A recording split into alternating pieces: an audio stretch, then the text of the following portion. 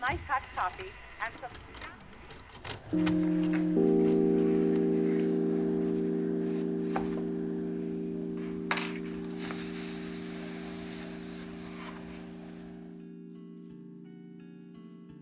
Hey friends, I'm Kato from Carcajou Studio, and today I'm showing you my 2021 reading wrap-up.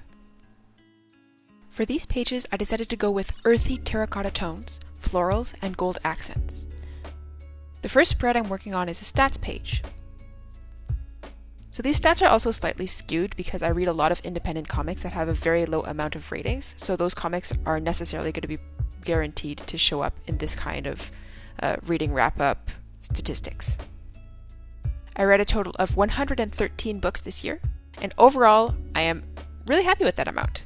I'm also quite happy with the ratings I gave most books. Only 3.5% 1-star reads, 10.6% 2-star reads, 27.5% 3-star reads, 30.1% 4-star reads, and 28.3% 5-star reads, which gives me an average rating of 3.8 stars out of 5. This is right where I want to be, I think. It's a good balance of books I know I will love and things that are outside my comfort zone, but worthy reads anyway.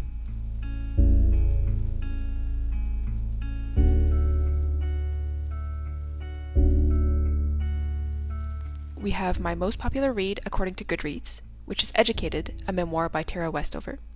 My least popular read, also according to Goodreads, which is Hiraeth, an art book anthology about the concept of home, edited by Ilinka Barbakuta. The longest book, Empire of Gold, which is book 3 of the Devabad trilogy by S.A. Chakraborty. The shortest book, Temple by Jack T. Cole, a short box comic I kickstarted.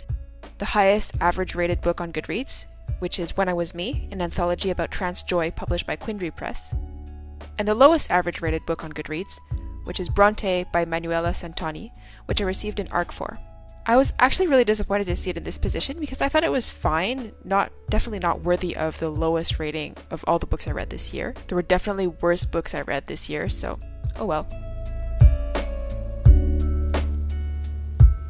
On the opposite page, I'm now writing down my favorite series of the year, so the Devabad trilogy by S.A. Chakraborty and the Murderbot Diaries by Martha Wells.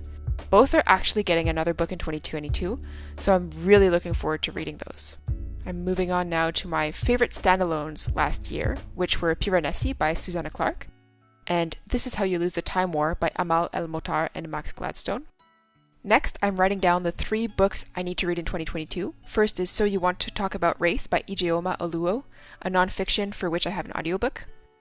Next, The Priory of the Orange Tree by Samantha Shannon, a fantasy for which I also have an audiobook. And finally, Love After the End, an anthology of Two-Spirit and Digiqueer speculative fiction edited by Joshua Whitehead, for which I have a paperback. So my next spread is a list of all the books I read for book clubs in 2021. I'm part of 2 book clubs. The Queer Picture Book Club, which is a book club led by Spoopy Hall from here on YouTube. She recommends one queer graphic novel every month. The second book club I'm a part of is with my partner. We both take turns choosing a science fiction novel, and we get through about one every other month.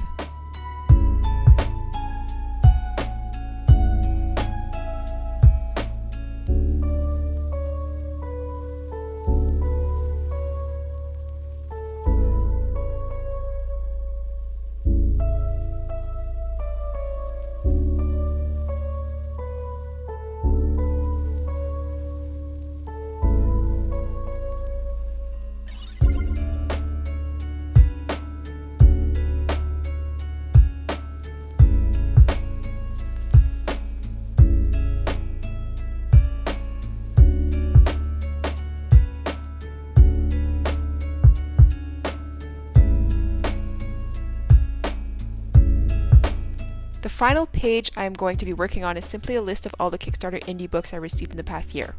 I like to keep track of this because I absolutely adore independent comics and love encouraging them through Kickstarter.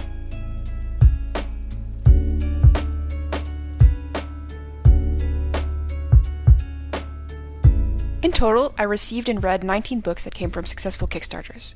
1 was an art book, 5 of them were anthologies, and 4 were print versions of webcomics I love. The final 9 were short comics printed by small indie presses.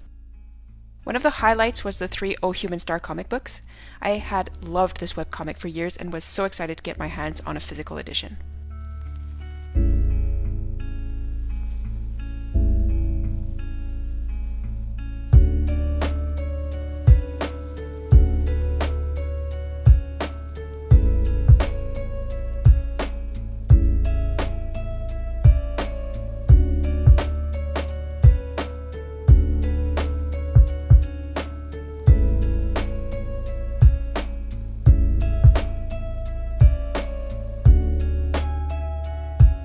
Overall, I'm very happy with how these pages came out and how they look all together. I love the look of the craft paper and flowers, and the little pop of gold really pulls everything together.